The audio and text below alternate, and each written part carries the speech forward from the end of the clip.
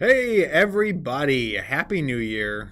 I know it's like 3 weeks past New Year's at this point, so saying Happy New Year is probably not appropriate. But for us who have not streamed for about 2 months-ish, we haven't streamed since Thanksgiving. This is our first time talking to you live in the new year. So Happy New Year. Happy New Year. Hope you all had a fantastic holiday season. We're busy up in here, as you've probably gathered, between all of the stuff that we've got cooking, and we just wanted to get back into our regular streaming cadence as soon as possible. So for those of you unaware, behind the scenes, generally speaking, I refer to him as our crack team of Andrew Santoro often in the Elder Scrolls updates, but Andrew is the guy who handles most of our content creator relationships, sending out review copies, that kind of thing, handles social media, handles setting up these streams and running these streams behind the scenes, and also handles a lot of our formal video work. So Andrew has been basically locked in a editing room for the last 2 months, working on Elder Scrolls How to Play videos. And we have, we're almost complete with those. We have 3 of them completely done. We have a 4th, which is the most complicated. It's the tutorial on how to battle that is this close to being done. We're just making a couple of quick edits to it. And then there are 2 more coming after that. We are probably going to release as much of those as we can sometime this week, and they should be completed hopefully within roughly the next week. We've continued to say that over and over and over again, but it turns out making... It's true this time.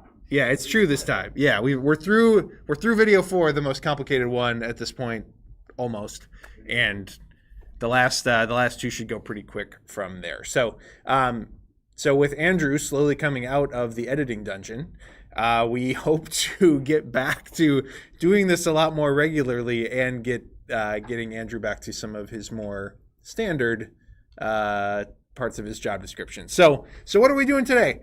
I don't know. We're just here. We're here to answer. I'm here to answer some questions. I know that I am behind on updates for several campaigns, but trying to keep up with that alongside all of the crazy fulfillment stuff that is happening.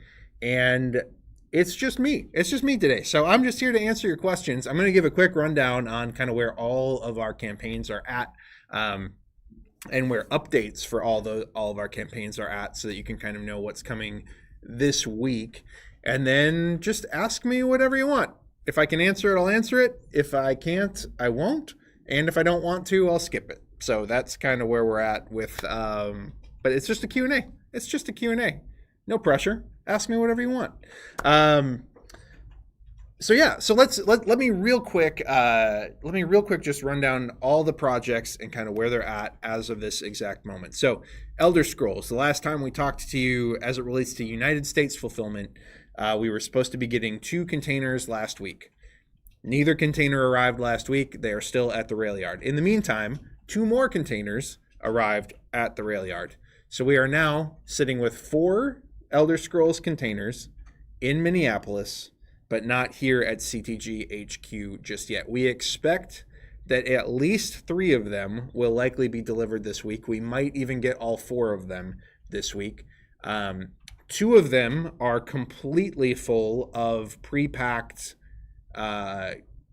pledges that will not need any further action beyond a label slapped on them. And then 2 of them have product that will, when we start to get into the more custom orders, we will start working on those when those arrive. I don't know what order that stuff is coming in. I just know that by the time we are done with these 4 containers, we will be about 2/3 of the way through, a little over 2/3 of the way through fulfilling all Elder Scrolls in the United States, and there are more containers yet to come. As of this morning, I have not heard any more updates on Europe or other regions. So the last information that we gave is still the most accurate information that I have.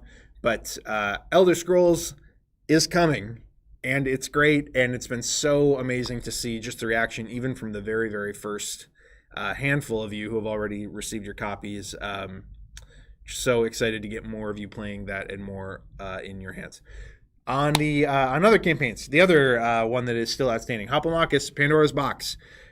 We got the container, as the update stated last week. We got the container last week, Friday. We got it all unloaded, and we were actually able to get about 100 pledges out here in the United States as of last Friday. So we're already cooking on that. More fulfillment will be happening throughout the week, and the only thing we're going to take a break on fulfillment for is when Elder Scrolls containers arrive. Once we are doing custom Elder Scrolls orders, we will be fulfilling Hoplo and Elder Scrolls in tandem together in parallel at the same time, and we'll be going from there. So that's where that is at. Wroth is in full on manufacturing. I have a complete copy here. I don't have PVC cards in here, but everything else in here is final production quality. We'll probably open this up and show it off a little bit on camera here today, if that's of interest to you. We are almost done manufacturing Wroth. They are going to need to complete some copies when they get back from Chinese New Year, which is in about 3 weeks that they will be back at the factory to wrap up manufacturing on that game. Whether we start fulfilling in March or not is really going to depend on container booking and how fast the complete print run gets put onto boats. If it gets put onto boats pretty quick, we will still be hopefully fulfilling at the very, very end of March.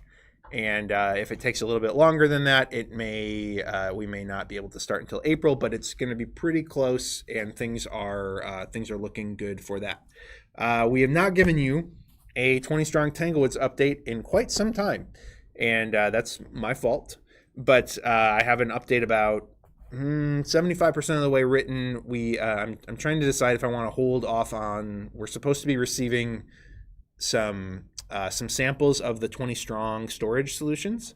Those are in the mail stream right now, coming from China. We have some videos and photos from China, but we are actually they've sent over the physical samples to us to basically approve or approve with a couple changes. And so trying to decide if I do an update before or after that, but whatever, that's beside the point. I might do both. I might do an update on everything else and then do a separate update on the storage solutions. All cards have been sent to print. All deck boxes have been sent to print.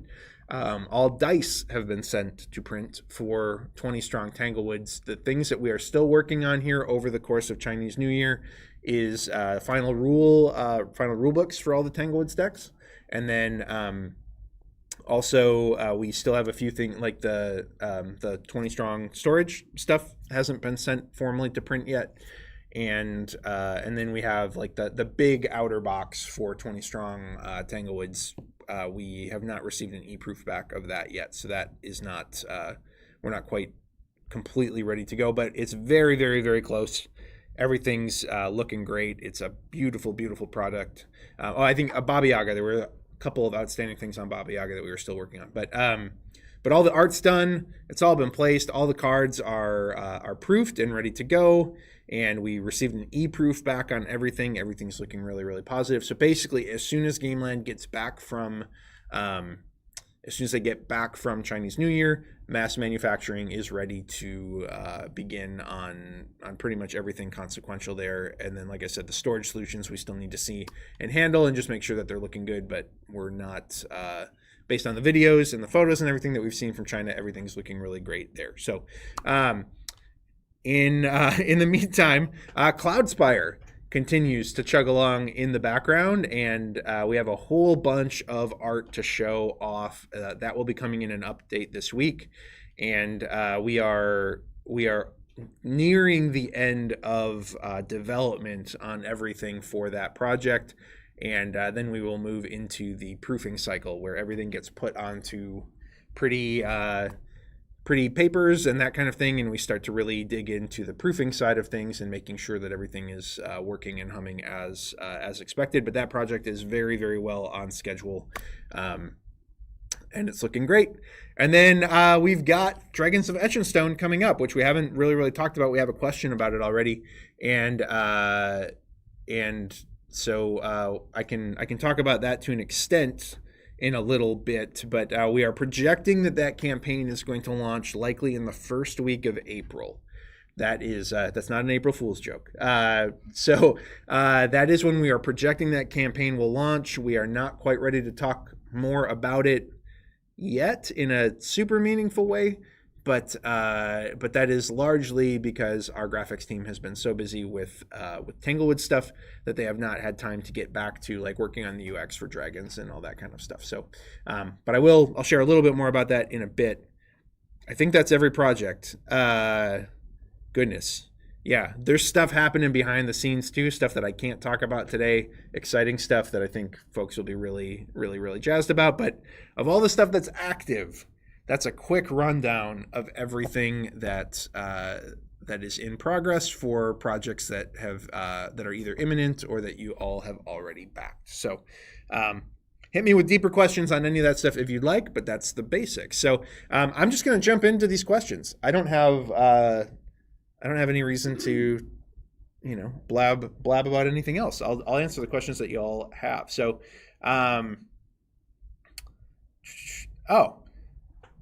the stream team would like me to say out loud that if you like this type of live stream and this is informative for you and entertaining for you, et cetera, make sure you like this video and subscribe so that you can be notified every time that we run a live stream.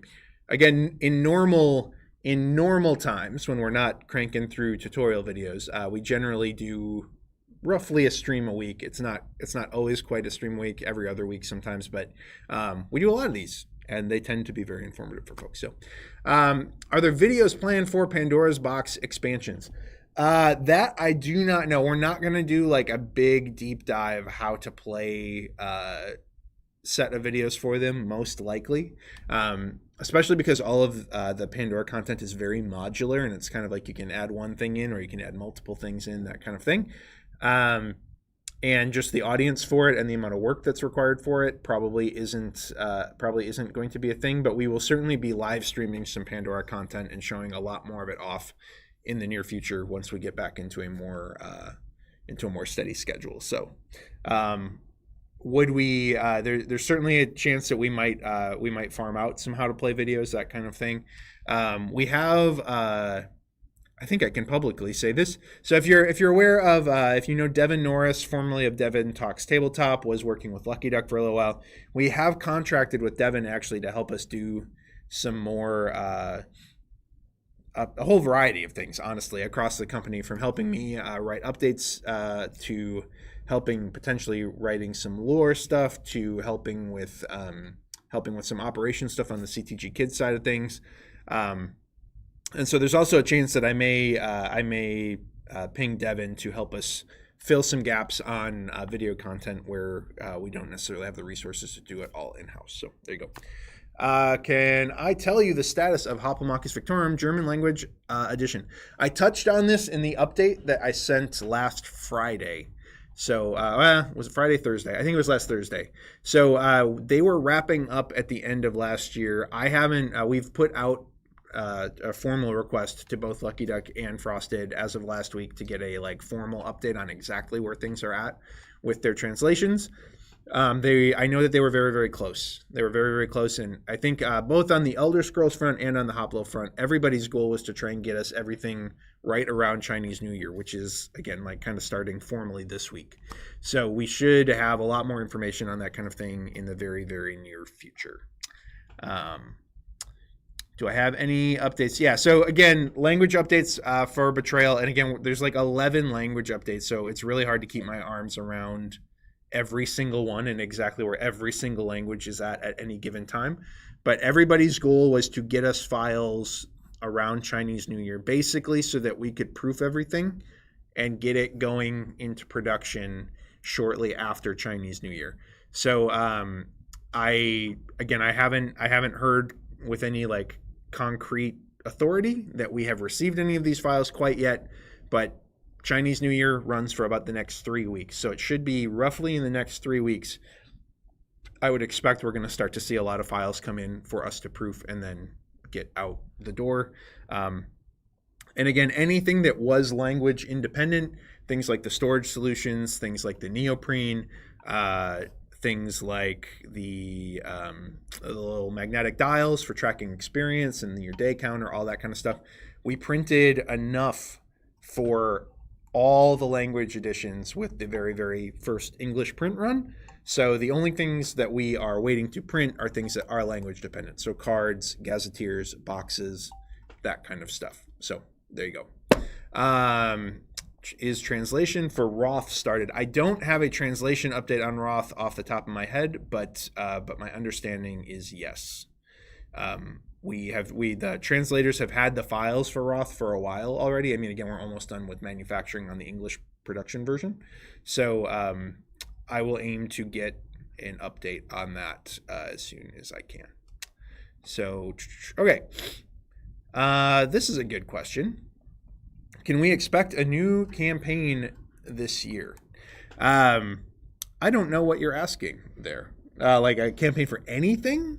A campaign for Elder Scrolls?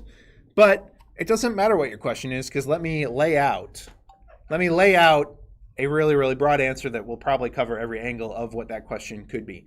So what does 2025 look like for CTG on the crowdfunding side of things? I mentioned, so early April, we are looking at the Dragons of Etchinstone campaign. That is, so Dragons of Etchinstone, again, we've explained this a few times, but if you're not familiar, it's a pocket game.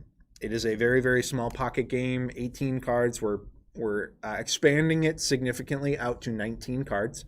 And this is a little bit of an experiment for us to see what level of interest a pocket game has for the CTG audience. So we're on record talking, about wanting kind of things available for every price point. and to make sure that, like, it's not all giant $225 games that we're selling. Wroth is a part of that philosophy. We wanted a more mid-weight, mid-price game that we could have in our catalog. And so the Dragons of Etchinstone crowdfunding campaign, it's going to be pretty quick and simple. Right now, we're not even planning on doing stretch goals for it. We're just planning on kind of doing like a nice price break, and we're going to try and fulfill it in a hurry. And we're going to see how that goes, and we're going to see if there's an appetite for more of that. Why crowdfunding for a game that's probably going to be pretty affordable to produce? That's mostly a marketing decision that we want to get this in front of as many people as possible. We want to make sure that like Elder Scrolls backers see it, that kind of thing. And if we see that there's a appetite for this kind of like micro pocket game from CTG backers, then in the future we would likely choose to soft release them and just like go ahead and print them and not do a campaign for them. So again, the crowdfunding side of it is, as crowdfunding tends to do, it proves that there's a market for a thing before you go and print 1 billion copies of it. And that's really what we're aiming to do with Dragons of Etchinstone. So Dragons of Etchinstone exists already, and an expansion for it exists already called Northvale that you can purchase actually directly through the Game Crafter right now. We're giving it a significant glow up. We're putting it on PVC cards, and we're doing all new, really, really beautiful art for it. And we are adding a new expansion that Joe Clipful, the designer, is working on right now that is tentatively called Siege. And I don't think Joe would be upset with me for sharing that it is heavily inspired by tower defense. And it is a truly kind of like new mode, a new way to play Dragons of Etchinstone. It's not just like more of the same thing. Northvale is kind of more, it makes everything a little bit crunchier. It adds more enemy abilities. It makes the game a little bit tougher. This is truly like a brand new mode with which you can play the base Dragons of Etchinstone. It doesn't really add any significant complexity. I think people are going to be really, really stoked about it. So that is what's coming for Dragons of Etchinstone. And again, it's going to be a micro campaign.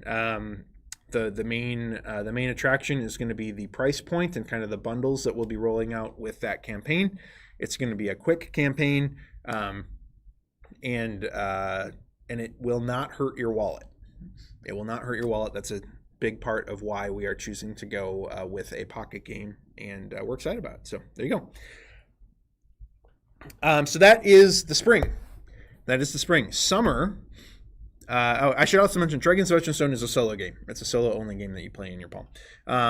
We're going from solo-only to solo-only because this summer will be 20 strong Awaken Realms. And I'm not at liberty to share exactly what's in there, but the Nemesis deck that we showed off at the end of the last Tanglewoods campaign will be a part of 20 strong Awaken Realms campaign. We're targeting a June, July, probably July launch date for that campaign. So that is coming this summer, and you can look forward to that. And then this fall, we are returning to Tamriel with, and because this is another question that we've got, can you confirm if you'll have the rights to do Elder Scrolls expansion this year? Yes, I can. We're still working through some contractual things with Bethesda, but I can say with confidence that this fall we will be doing expansion content for Betrayal of the Second Era. And that's really all I can say about that. You'll see those of you who have looked through the Gazetteers or any of you who have played the game have seen that there are quest hooks into other regions that are not released yet. There will be new regions as a part of this campaign. I can say that with confidence. And then there will be some more surprises that we cannot talk about just yet. Partially because we don't want to talk about it just yet, and partially because we are still literally working through the particulars of what will be in that campaign with Bethesda. We kicked off our fresh set of meetings, weekly meetings with Bethesda last week, and we will be meeting with them weekly pretty much from here on out as we work toward the next layer of content and surprises for Betrayal of the Second Era. So there you go. That is So can you expect a new campaign this year? Yes. I don't know exactly, again, what you were asking there, but yes, 3 campaigns this year for a variety of different products. And then in terms of what else is in store for Chip Theory this year, yes, we have an April Fool's surprise.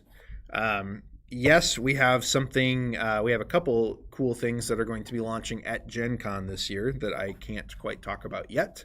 And we have a really, really cool couple things coming from Neon Knight this year that are not Neon Rain related. Neon Rain is great. You should play it. You should buy it. But we've got some really cool stuff coming from Manny and Neon Knight this year that I think is going to get people really, really excited as well. So it's going to be a very, very busy year for us on the actually releasing product front. 2024 was an exciting and busy year for Chip Theory, and we didn't release jack. And it was kind of, I don't know, it was kind of a weird, like, you know, tumbleweeds blowing through the warehouse kind of year. And now everything is coming out this year. Like, everything is coming out this year. It's going to be RPG Day with, like, local game stores. But in terms of new TMB content this year, there will, I should never say never because you just never know. Sometimes a weird idea pops up. But for right now, there is nothing planned for 2025, full stop, on the TMB front. I will say 2026 is the 10-year anniversary of the original Too Many Bones crowdfunding campaign. And so while nothing is in active development right now, 2026, if we're going to return to Too Many Bones, you could probably expect it to be next year. Again, that's not a formal announcement, but it's, you know, it's just a logical thing that we're kind of consciously thinking through behind the scenes here at CTG. So there you go. Do we think about bringing more games to Brazil? Absolutely. We would love, we say this all the time, we'd love all of our games to be released everywhere in everybody's language. That's not always up to us. And particularly when it comes to some of the taxes and import laws in Brazil, and then also just the translation of things into Portuguese. I probably pronounced that wrong. Sorry. But that's more up to our translation partners than it is up to us. We can't just say, hey, translate this into Portuguese and release it. We have to have, there has to be mutual interest, and our games are big and complicated and take a lot of time. And so, you know, we've even seen this with Frosted. Frosted games, a lot of the folks at Frosted, their favorite game in the Chip Theory library is Cloudspire. They would love nothing more than to translate all of Cloudspire. But there's a lot of time that would need to go into that, and then the economics behind it don't always make sense, especially on initial release. So as much as, yes, we would love all of our games to come out in every single language, it's just not always economically feasible for everybody to do so. And so, you know, and obviously the sales metrics have to make sense too. So a game like Elder Scrolls, which sells like 20,000 copies on its crowdfunding campaign, is different from a game that sells, you know, like even on this last Cloudspire campaign, we had about 5,000 backers, a little over 5,000 backers. You know, there's economics at play there, right? Like, this game is selling 4 times as well, so this is going to be the focus, et cetera, et cetera. But yes, Brazil, we would love to have a lot more stuff come out in Brazil as it makes sense to do so.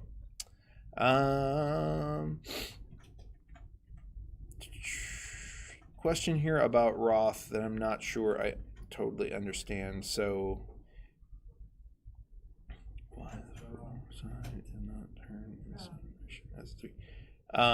yeah, I'm not sure I totally understand that question, but I am going to unbox Wroth here in a second. So, any news on Burn Cycle? No news on Burn Cycle right now. That franchise is presently dormant. It would probably, just full disclosure from a sales perspective, it would probably take a sort of underground wave of enthusiasm to build up over the course of a couple of years, the way that it did for Cloudspire, for us to return to Burn Cycle, at least with a campaign. In the future, that game has had a little bit harder time catching on with mainstream appeal. Though I will say, I've seen more posts about Burn Cycle in the last couple months than I have probably when the game actually even released. So that's kind of cool. I think it's a slow no, genuinely no pun intended, but it's a slow burn type of game that I think was really intimidating for a lot of folks when it first arrived. And I think it's taken folks a while to like really actually dive into everything that game has to offer. So it's possible. It's possible that in the future we may return to that, but right now nothing is planned on the burn cycle front. So that appears to be all the questions that I have. Oh, here's one. Okay. I would like to know how many steps are left until the other versions of Elder Scrolls are ready to fulfill. I don't just mean a date, but steps in terms of the chain of production. So right now we are awaiting files from all of our translation partners as it relates to translated cards, gazetteers, anything that's language dependent, right? So cards, gazetteers, rule books, tutorials, boxes. I think that's everything, if I'm not mistaken. From what we have heard, pretty much all of our partners are just about done with that, or should be done very, very soon. From there, they send us the files. We proof them. Now, we don't speak any of these languages. So are we proofing them for like grammar and punctuation? No. What we are doing is we're basically taking a look at all of these cards, making sure that things like text is aligning properly, iconography is looking proper, that kind of thing. That's the level that we proof it to. So this is a quick proof to make sure that nothing, that there's not text that like stretches way off the box or something goofy like that. Once we have done that, and again, that's a fairly quick process despite the scope of the game, we then send the files to Gameland. Gameland will then put them into what we call an e-proof. And so that's them lining things up and putting it together as it will actually be printed. So these are where you get the big card sheets that are all like next to each other. They send us the e-proof back. We take a look at that, make sure that that looks good. We give the thumbs up to the e-proof, and then they manufacture. Once manufacturing is wrapped, then they assemble the games.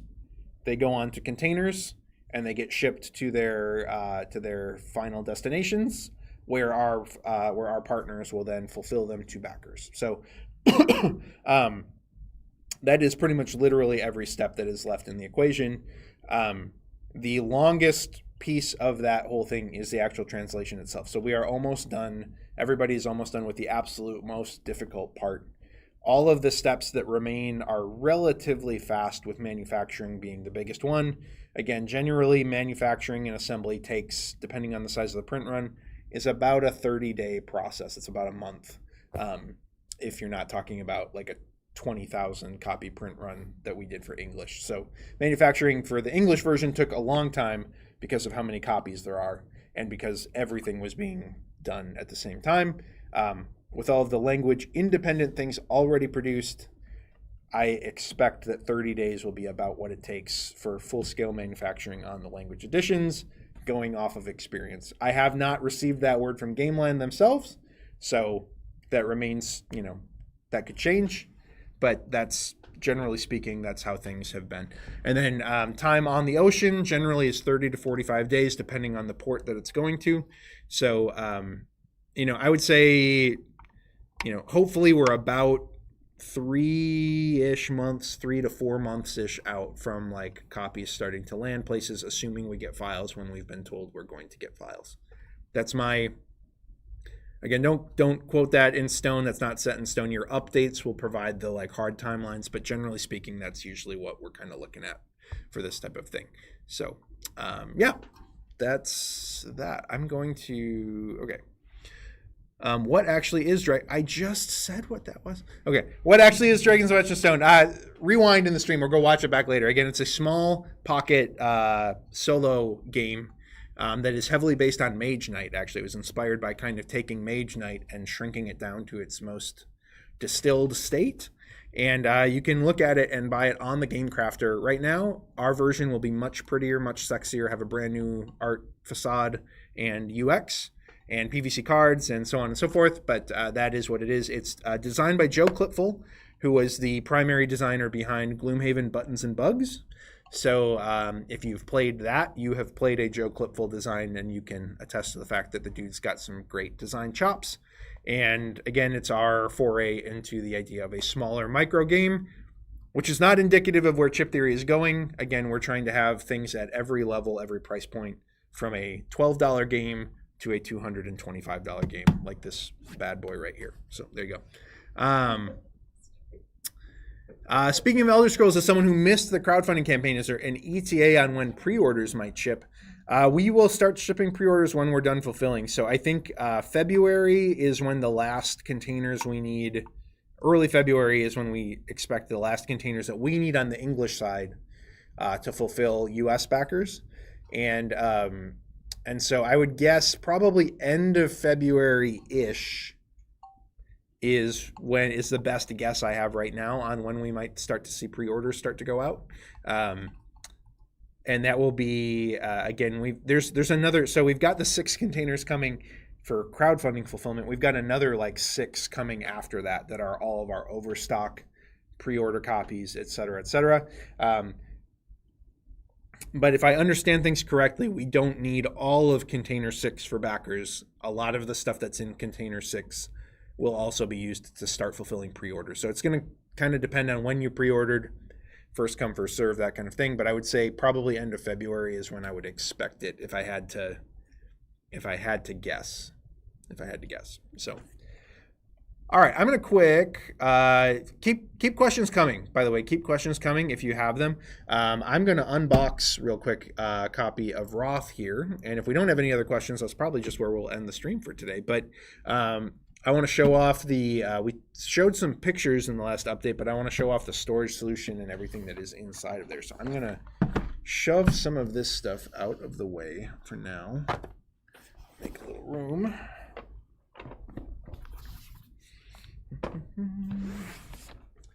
Make sure I'm in frame. Okay. Wroth. Actually, I should show the back of it. I don't know if I showed the back of it in the update. Here's the side. And it's lays on upside down. So here's the back of the box. And here is, did I show that side already? Here's the other side.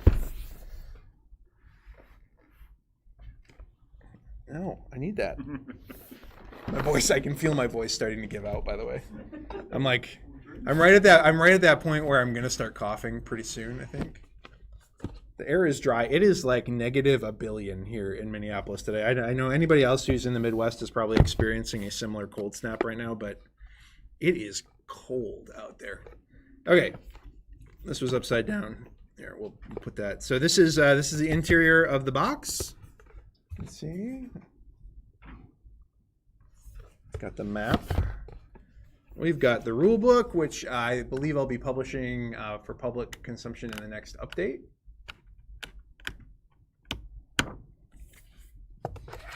The dice tray does not come with the game, but it does fit inside the box, and it's kind of got this got a long rectangle dice tray now.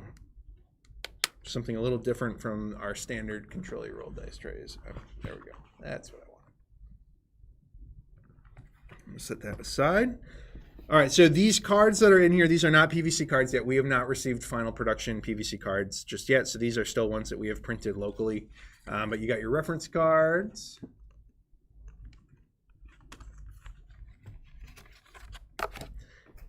We've got the final neoprene, and these neon colors on the neoprene look so good. Element. I should flip these over so you can see the alternate side as well. The guild.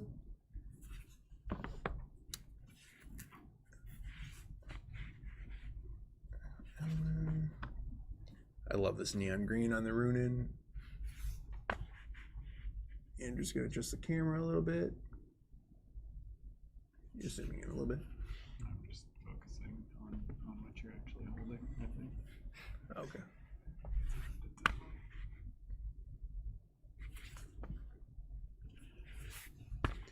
And some of this stuff, I mean, again, you've seen some of this stuff already in various forms, but these are the actual production versions of this stuff. So they are with their final like trim art chosen and that kind of thing. So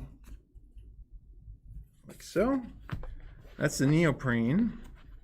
along with the actual mat itself, which I'll try to just lay that out. So you can see we got the numbers of the zones on here now, which we did not have in the early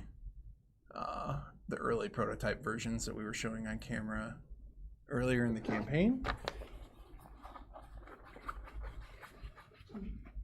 All right, so then beyond that, you've got your standard CTG dice trays here that show, but I don't know if, I'm not sure how well it came through on the update, but you can see these dice have really cool marbling on them, and they are gorgeous. And even the D8 that's used a lot for the AI is marbled as well. Bring it down. Yeah. Yep. Okay. So there's those, and then I'll hold up these ones as well.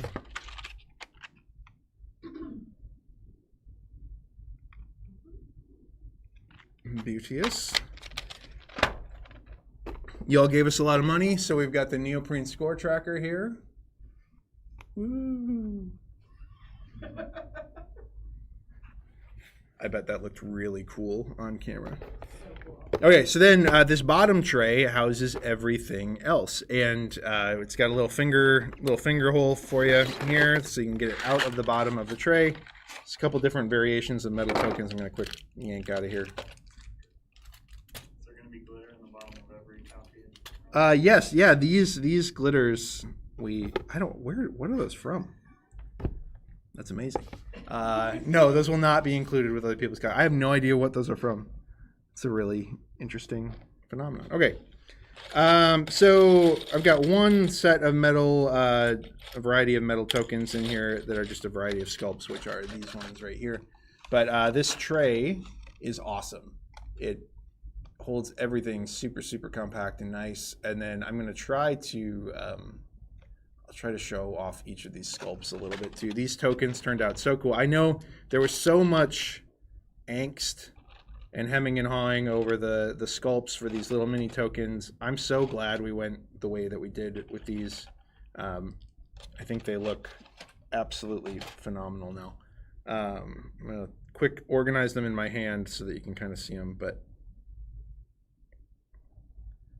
I'm probably doing a terrible job of this. This is not going to work very well, but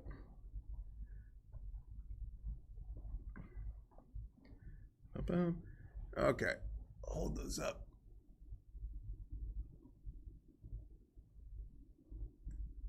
Oh, where's the button? There. Is that working? There we go. Yeah, okay. Nailed it. I mean, it's going to be shaky now, though. I touched it. There you go. Now just I've only had a little bit of caffeine today so far, so my hand is as steady as it's ever going to get. Yeah, so that is Wroth. I cannot wait for you all to play this. This is again, I think I've said this before. Wroth is the first game. I'm gonna hold up the cards front camera now, not the top down camera. We can switch, but so we've got the solo co-op cards here. These are all the scenarios that you're going to be going through with a little story vignette on the front of each one. Again, these are not PVC yet, not that you could probably tell on camera anyway. And then we've got all of your feat cards, which are your once per game, generally speaking, once per game abilities. They've got the faction flags on the back. It's a beautiful, beautiful game. It's so easy to learn compared to all of our other stuff. It plays fast, unlike a lot of our other stuff.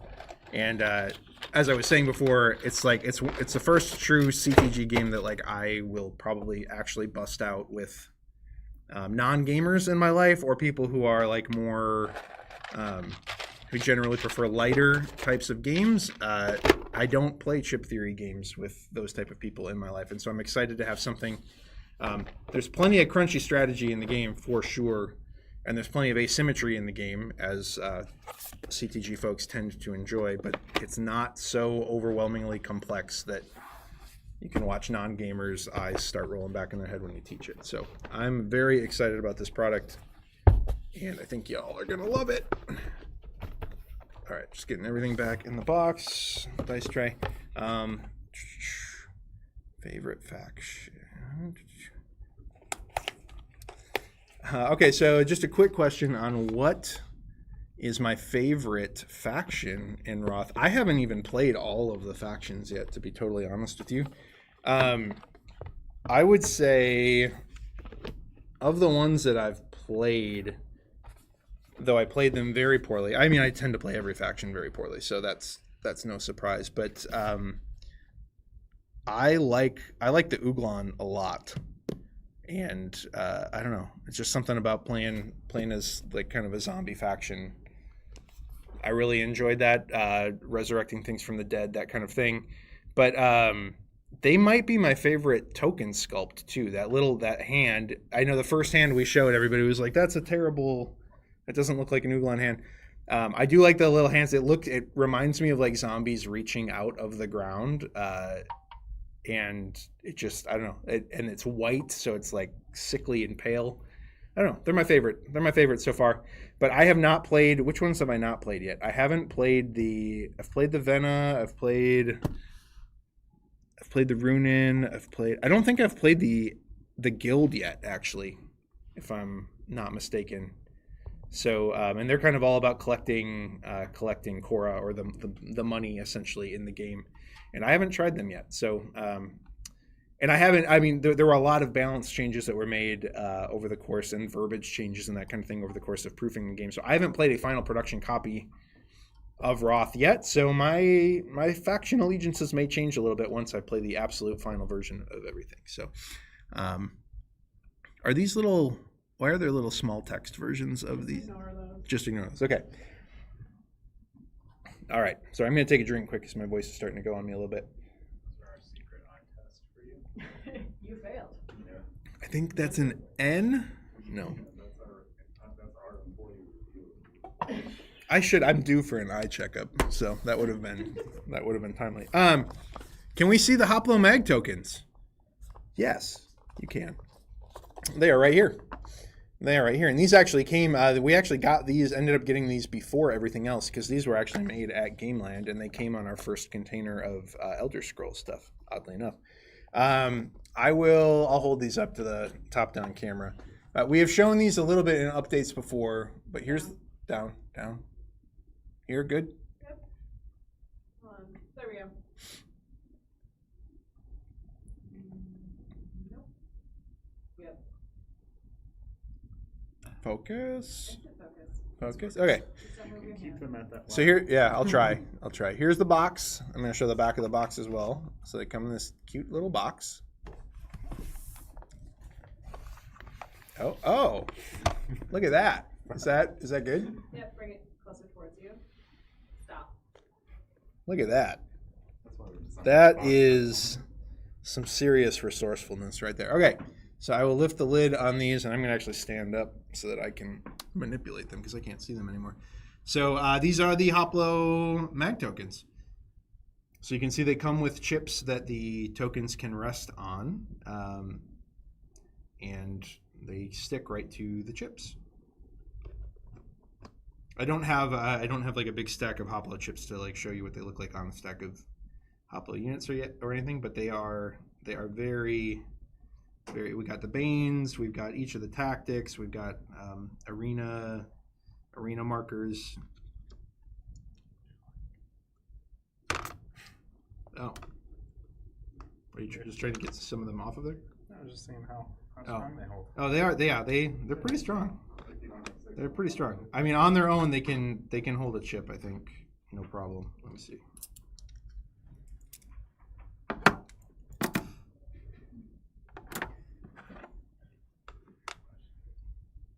Boop. Yeah. Just like that. So you all have to love these because you all made a lot of noise for them, and if you don't like them, then everyone's fired. No. That's my. Our job. I know. So make sure you like them. All right, I'm going to get these back on this chip, and then I'm going to sit back down and see if we have any other questions. Question number 1 is how difficult are those to eat? Yep. I haven't tried that yet. We also haven't tried using them as like a cow magnet yet.